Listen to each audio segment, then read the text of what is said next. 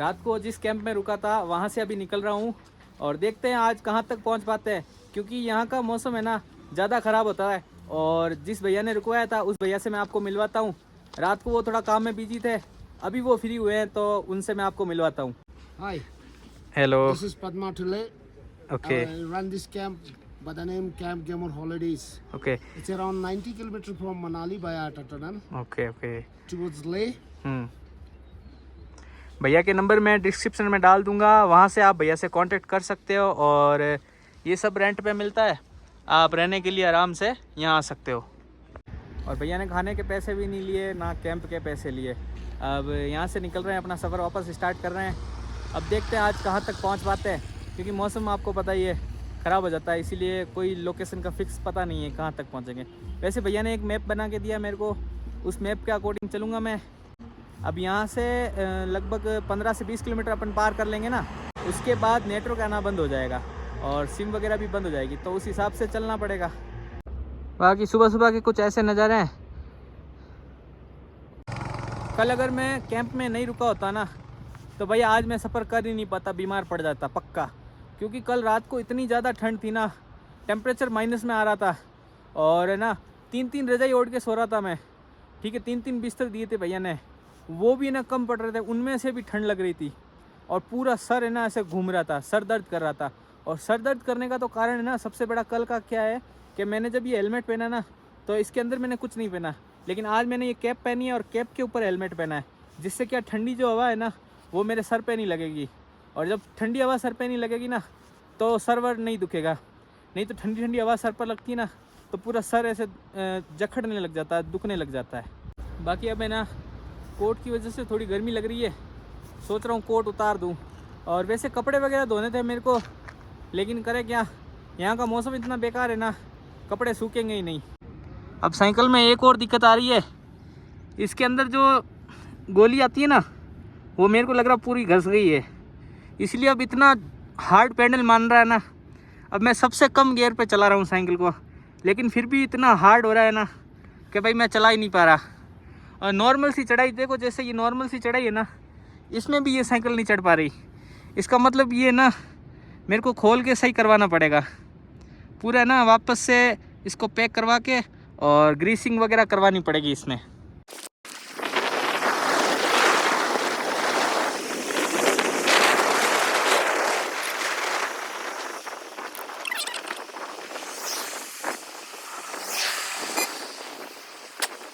अब भाई है ना, अब जो ये लद्दाख का सफ़र है ना वो बहुत हार्ड होने वाला है, क्योंकि यहाँ से एक चेक पोस्ट आएगा दारचा में, उसको क्रॉस करने के बाद नेटवर्क भी नहीं आएगा और कोई होटल वगैरह या फिर कोई कैंप वगैरह कुछ भी नहीं आएगा। फिर 50 से 60 किलोमीटर तक कुछ भी नहीं है और चढ़ाई चढ़ाई है बस। सोच रहा हूँ यार कैसे चढ़ाई पार करूँगा मैं इतनी।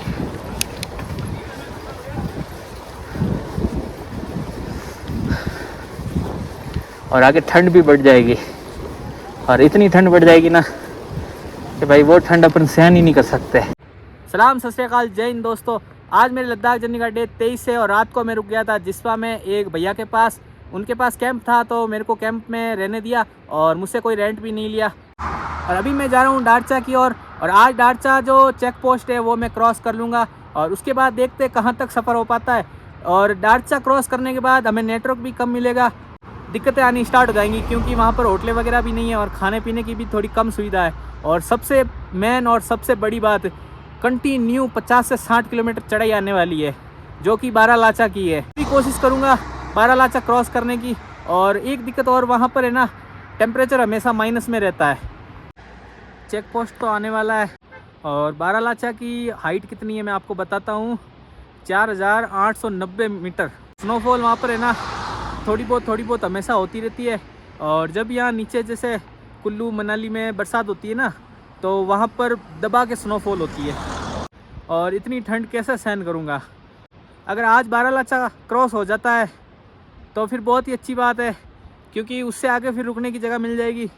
नहीं तो फिर जिंगजिंग बार तक तो आज जाना ही पड़ेगा। खाना ढंग का नहीं मिल रहा ना तो पूरी बॉडी से ना एनर्जी ख़त्म हो रही है, ऐसा कमज़ोरी सा फील हो रहा है। समझ में नहीं आ रहा क्या खाऊं क्या नहीं खाऊं। बिस्किट वगैरह खाता हूं, सेव केले खाता हूं, पर उससे कोई फ़र्क नहीं पड़ने वाला, क्योंकि रोटी तो रोटी होती है ना यार। अब क्या खाऊं समझ में नहीं आ रहा, इतनी ज़ोर से भूख लग रही है और 1% हिम्मत नहीं है आगे चलने की।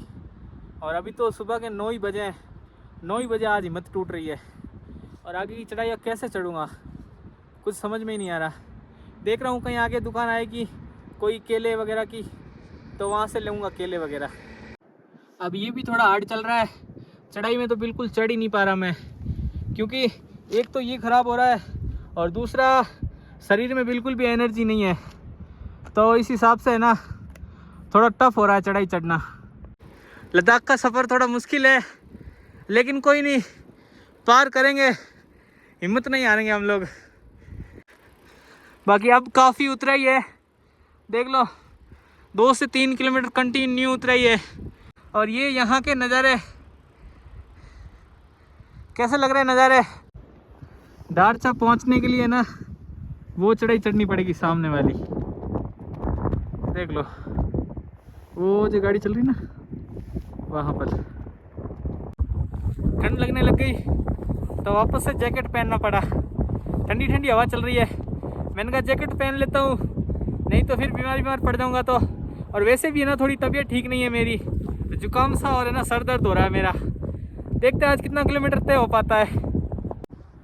तबीयत ख़राब सी हो रही है ना। अभी ऐसा हुआ उल्टी सा, पूरी ना बॉडी ना आज गड़बड़ है, कुछ ना कुछ दिक्कत हो रही है बॉडी में। अभी कोई मेडिकल वगैरह आएगा तो टैबलेट लूँगा।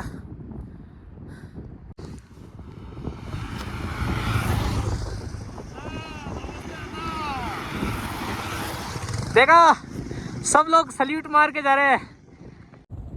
बाकी कहीं ना कहीं है ना लद्दाख का जो सफ़र है ना बहुत ही मज़ेदार है।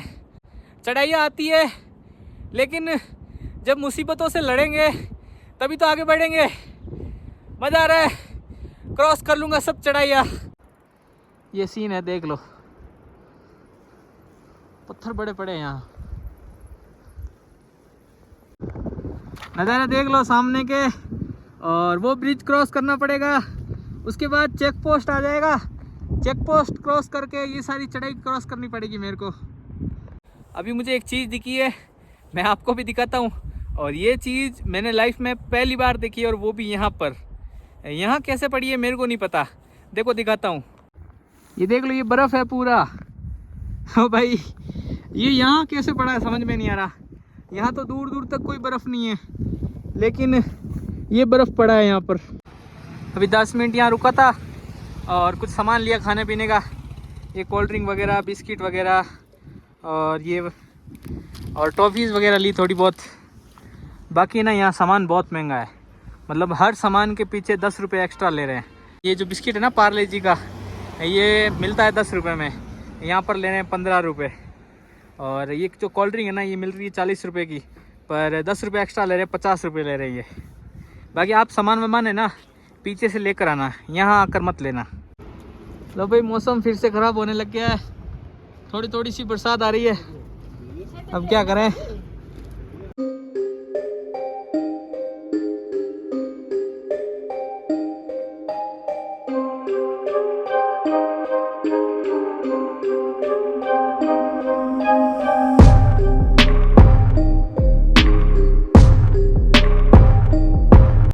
चढ़ाई क्रॉस कर रहा हूँ। अभी बरसात आई थी, लेकिन अब बंद हो गई वापस। कह रहा हूँ ना, यहाँ का मौसम ऐसा ही है, 1 मिनट में बरसात आ जाती है, 1 मिनट में बरसात चली जाती है। चल रहे हैं, चढ़ाई क्रॉस कर लेंगे आज में। चढ़ाई भी काफ़ी है, लेकिन क्रॉस कर लेंगे। अभी जहाँ खड़ा हूँ ना, वहाँ के जस्ट सामने ना स्नोफॉल हो रहा है, पूरा वाइट वाइट हो रहा है। बताता हूँ मैं आपको, वो देखो पूरा पहाड़ है ना वाइट वाइट हो रहा है, और अभी भी मेरे को लग रहा है वहाँ पर स्नोफॉल हो रहा है। अभी मेरे को एक पौधा दिखा है, वो मैं आपको दिखाता हूँ, उसके बहुत ज़्यादा यूज़ है। देख लो, ये पौधा है ना, इसका नाम है पत्थर सूंड। ये यहाँ की लोकल भाषा में है, और इसका काम ये होता है, शरीर में पथरी होती है ना, उस पथरी को ये निकाल देता है। इसको पानी में डाल के वो पानी पीना पड़ता है, फिर उससे ना पथरी निकल जाती है। भाई काफ़ी अच्छी जड़ी बूटी है ये तो। बाकी व्यू देखो कितने ज़बरदस्त लग रहे हैं, बड़े बड़े पहाड़, सामने वाले पहाड़ों से ना बर्फ़ धीरे धीरे पिघल रही है और नीचे आ रही है। देखो ये पूरी बर्फ़ है, ये पूरी पिघली हुई बर्फ़ है और जैसे जैसे धूप निकलेगी ना वैसे वैसे ये ना पानी बनकर नदी में शामिल हो जाएगी। भाई रुके अपने से मिलने के लिए। कहाँ से हो भैया? हम हिमाचल से ही हैं। अच्छा से। अच्छा। हाँ जी। ये अंकल और ये भैया ऑल इंडिया कर रहे हैं, वो भी इस बाइक से। अब जा रहे हैं खारतुंगला की ओर। वाह भाई, लोगों का जज्बा देखो आप, बढ़िया, बहुत बढ़िया। चेक पोस्ट तो मैं पहुंच गया हूं, लेकिन यहाँ पर सीन कुछ ऐसा हो रहा है ना कि जो लद्दाख जाने वाले हैं ना उनको सुबह 7 बजे से लेकर 12 बजे तक ही क्रॉस करने दे रहे हैं। बाकी अब जो आ रहे हैं ना लद्दाख के लिए उनको वापस भेज रहे हैं कि नीचे चले जाओ, कल वापस आना जल्दी। अब यार मेरे सामने कम से कम 4 से 5 गाड़ियाँ हैं ना वापस भेजी है और अब मैं जाऊँगा पूछताछ करने। अगर मेरे को जाने देंगे तो फिर आगे निकल जाऊँगा, नहीं तो फिर आज की रात यहीं रुकना पड़ेगा। और यहाँ पर कुछ ऐसा माहौल है, यहाँ से एक बार आप जा सकते हो, फिर उसी दिन वापस नहीं आ सकते, फिर दूसरे दिन आपको आना पड़ेगा। और अगर उसी दिन वापस आ गए तो आपको आने देंगे नहीं। अब जा रहा हूँ पूछताछ करने, क्या होता है क्या नहीं, कैसे जाने देंगे कैसे नहीं। और अभी एक पुलिस वाले अंकल जो थे ना उनसे मैंने थोड़ी बात की थी ना, तो उन्होंने कहा आगे थोड़ा है ना लैंडस्लाइड हो गया है और स्नोफॉल भी ज़्यादा हो रहा है बारालाचा में, तो शायद ही जाने देंगे। फिर देखते हैं यार, बातचीत करते हैं। ये सामने वाला चेक पोस्ट है और भीड़ देख लो आप कितनी गाड़ियाँ खड़ी है। इनमें से बहुत कम गाड़ियों को जाने दे रहे हैं, वो भी जो यहाँ से 10-15 किलोमीटर तक जा रहे हैं ना उनको ही जाने दे रहे हैं। जो लंबा सफ़र करना चाहते हैं ना उनको जाने नहीं दे रहे। और ये ट्रक्स वगैरह भी खड़े हैं, ये ट्रक्स भी ले जाएंगे तो इनको भी यहीं खड़ा रखा है। और कल ये ट्रक सुबह निकलेंगे जल्दी 7 बजे। अब देखता हूँ, मैं जाकर पूछताछ करता हूँ। ये खड़ी साइकिल और ये सामने चेक पोस्ट, और जाने के लिए मना कर रहे हैं। अभी गया था मैं चेक पोस्ट पर पुलिस वाले अंकल से बात करने, तो उन्होंने कहा कि सुबह 7 बजे से दोपहर 12 बजे तक ही ले का पास मिलता है और उसी टाइम में आप ले जा सकते हो। और 12 बजे के बाद अगर आप आओगे तो फिर नेक्स्ट डे सुबह 7 से 12 बजे तक आपको ले का पास मिलेगा। अब क्या करें, फिर यहीं रुकना पड़ेगा आज और सुबह यहाँ से ले के लिए निकल जाएंगे। सिगरेट को पिया, सांस लीजिए। सिगरेट पिए तक थोड़ी आता। अरे यार। To Cargill to Shinkula. Sinkula. Just arrived now. Okay. How many days? 7 days maybe? Okay. Something like that. Okay. Here's my bike. I know, I was looking, it's pretty cool. To Taglang La and then cycle back. Tanglangla. Yeah, Taglang Okay. La. Exactly. Yes. But whereabouts do you think it's good to find transport here? Uphill. Yeah, here I know, exactly. Yes. Yeah, there's Parachala. भाई अभी check post पर खड़ा था और ये भैया मिले, ये स्कॉटलैंड से आए हैं, देख लो भाई। और ये गए थे लद्दाख, लद्दाख से आप वापस आए हैं और आगे जाएंगे ये जिस्पा की ओर। Good bro, good. तो भाई अब मौसम ख़राब हो गया, बारिश भी आने लग गई है और इसको अब है ना यहाँ अंदर डालना पड़ेगा साइकिल को। पूछता हूँ भैया से अंदर डालने देंगे या नहीं। यहाँ से आगे जाने नहीं दे रहे। और अभी एक पुलिस वाले भैया से थोड़ी देर मैंने बातचीत करी तो उन्होंने मेरे को समझाया कि देखो यहाँ से जब आप है ना बारालाचा क्रॉस करोगे ना तो वहाँ तक आपको बहुत ज़्यादा ठंड मिलेगी और यहाँ से कंटिन्यू चढ़ाई स्टार्ट होगी जो कि 60 किलोमीटर तक कंटिन्यू चढ़ाई है। तो जो पुलिस वाले अंकल है ना उन्होंने मेरे को यही सलाह दी है कि आप या तो कोई ट्रक वगैरह में इसको डाल दो। जितने भी खड़े हैं ना यहाँ पुलिस वाले, आर्मी वाले, वो सब यही कह रहे हैं यहाँ से कोई ट्रक वगैरह में डाल के फिर आप थोड़ी दूर तक रास्ता क्रॉस कर लो, क्योंकि आगे हाई पॉइंट आएंगे और हाई पॉइंट पर आपको ऑक्सीजन भी नहीं आएगी। तो सोच रहा हूँ यार क्या करूँ। जब राजस्थान से यहाँ तक साइकिल पर आया हूँ तो इससे आगे है ना कोई ट्रक वगैरह में डालने का मन नहीं कर रहा है, लेकिन क्या करें, सब कह रहे हैं कि आपको ट्रक में डालनी पड़ेगी, नहीं तो फिर है ना बहुत ज़्यादा दिक्कतें आ जाएगी। और यहाँ से जब बारालाचा क्रॉस कर लेंगे ना तो उसके बाद पूरी ना जो हाईवे है ना वो टूटी हुई मिलेगी, क्योंकि अभी वहाँ पर काम चल रहा है। कम से कम 50 से 60 किलोमीटर टूटी हुई मिलेगी और चढ़ाई भी मिलेगी। तो अब यार क्या करूँ, कुछ समझ में नहीं आया। सोच रहा हूँ यहाँ से कल ट्रक में लोड कर दूँ और मतलब जहाँ तक ज़्यादा चढ़ाई और जहाँ टूटी हुई हाईवे है ना वहाँ तक मैं पहुँच जाऊँ और उसके बाद वापस उतार लूँगा। फिर उससे आगे वापस हम लद्दाख का सफ़र अपनी साइकिल पर स्टार्ट कर लेंगे। यानी कहने का मतलब कल यहाँ से 100 या 120 किलोमीटर की हमें लिफ्ट लेनी पड़ेगी। अब भाई जब ऊपर वाला यही चाहता है तो यही सही। बाकी यहाँ रुका हुआ हूँ, 200 रुपये रेंट है यहाँ रुकने का।